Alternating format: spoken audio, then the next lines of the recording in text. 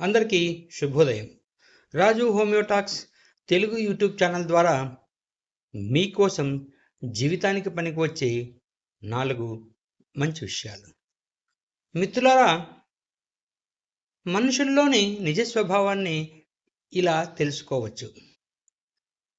ధనవంతుల్లో సాధారణంగా ఎక్కువ మంది పిసినారులుగా ఉంటారు. మౌనంగా ఉండే వ్యక్తులు సాధారణంగా అత్యంత ప్రమాదకారులు కావచ్చు. ఎక్కువగా మాట్లాడే వ్యక్తులు సాధారణంగా తక్కువ విజ్ఞత కలిగి ఉంటారు. అత్యంత అందమైన వ్యక్తులు తరచుగా ఎక్కువ గర్వం కలిగి ఉంటారు.